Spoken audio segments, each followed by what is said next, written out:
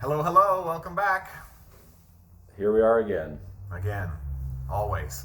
You're back in your office. I am back in my office. You are still at your house. Are you not working these days? What's happening? What's going on in the world that you're not working?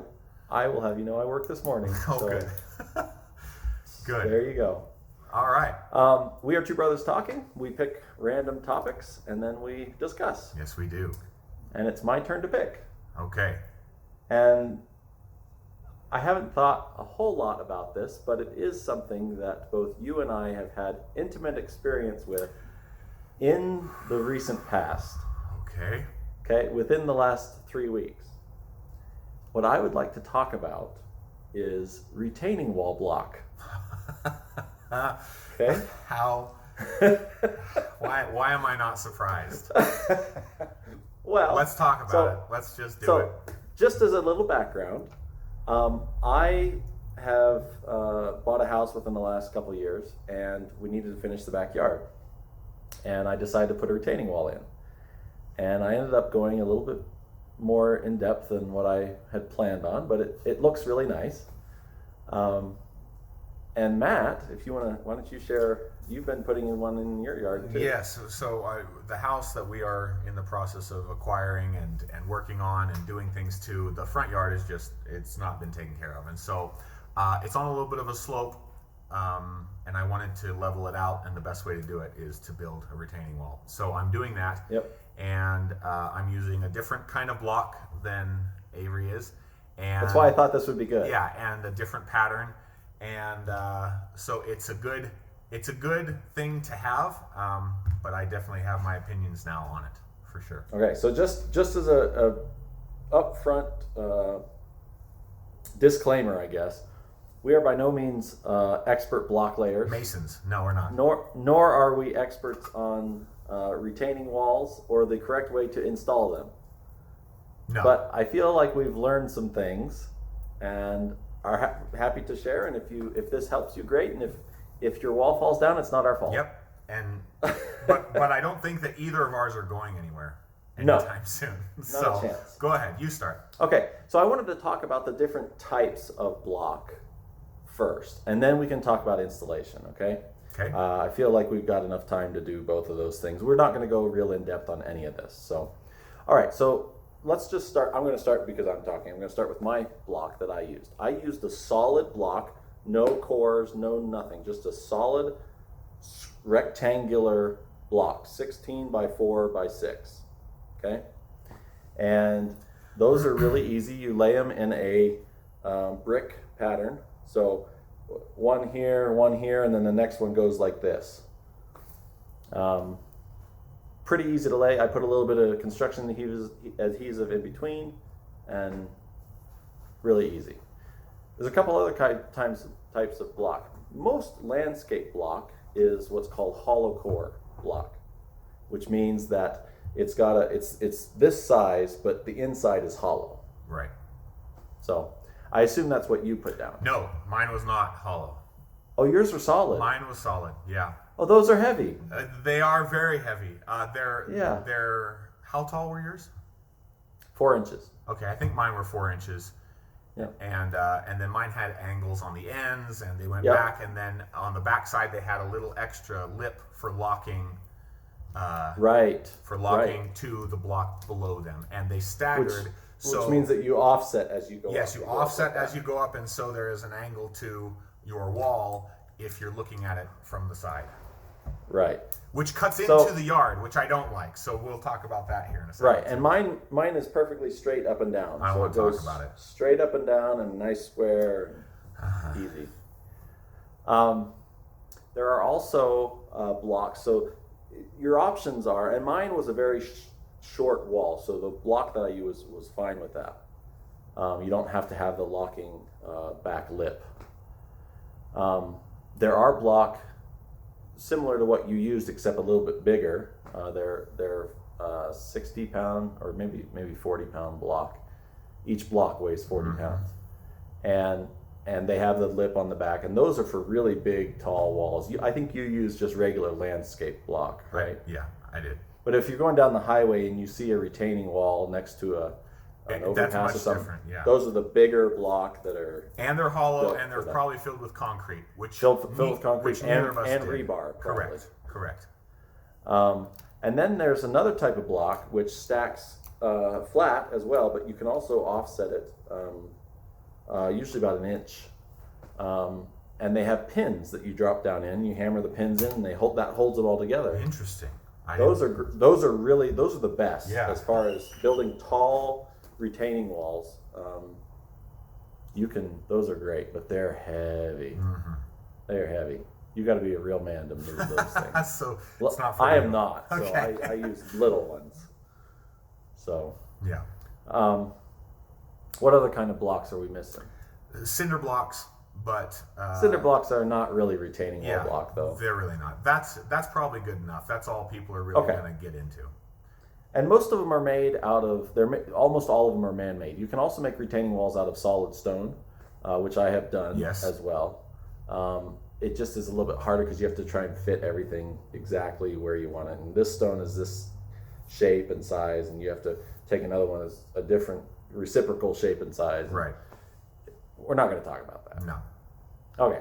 So let's talk about installation. Okay. Okay. What's the most important part of a retaining wall? Level. The foundation. There it is. Well, yeah. There it is.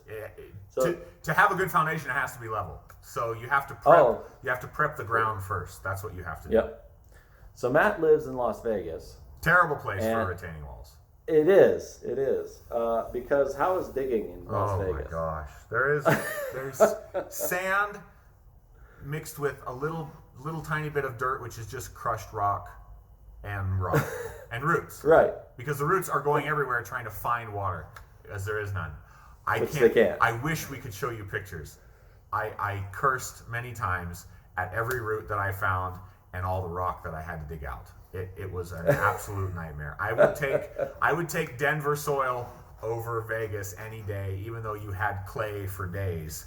So I have awful clay in Denver. Just awful. It's just nasty black, like somebody buried a dinosaur here and the dinosaur turned into clay. Yeah.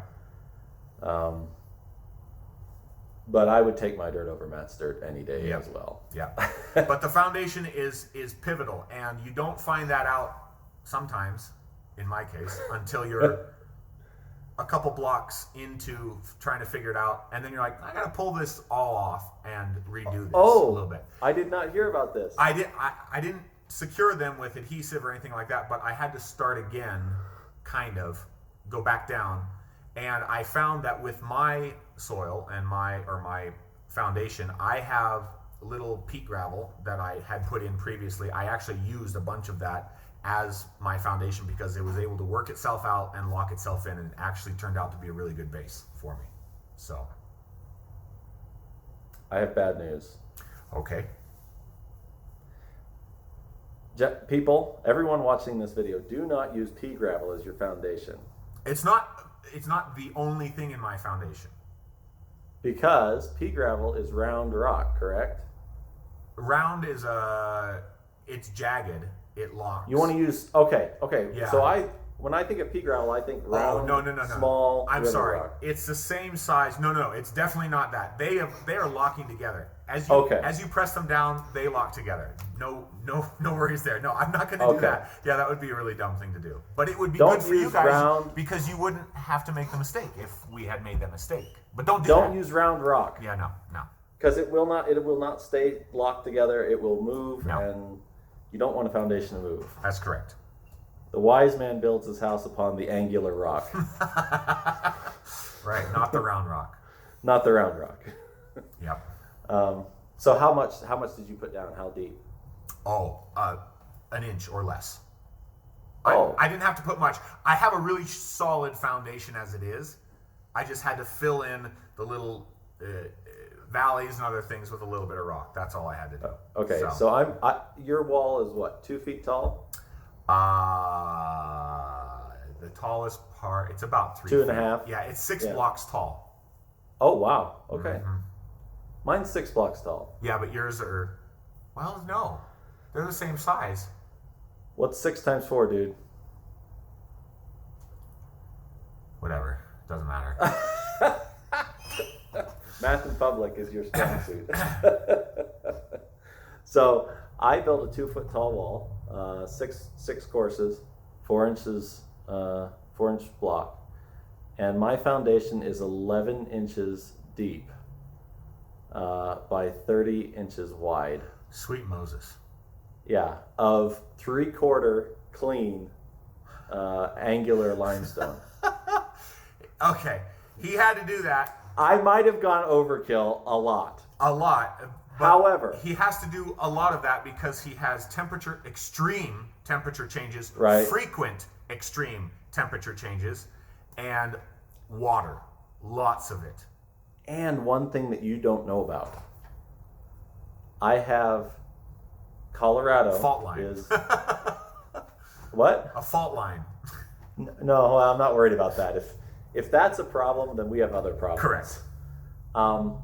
Colorado is one of those states. There's a little L shape that goes down the middle of the country, right along the front range of the Rockies, Colorado, and then over through Texas, that has expansive soil, bentonite clay.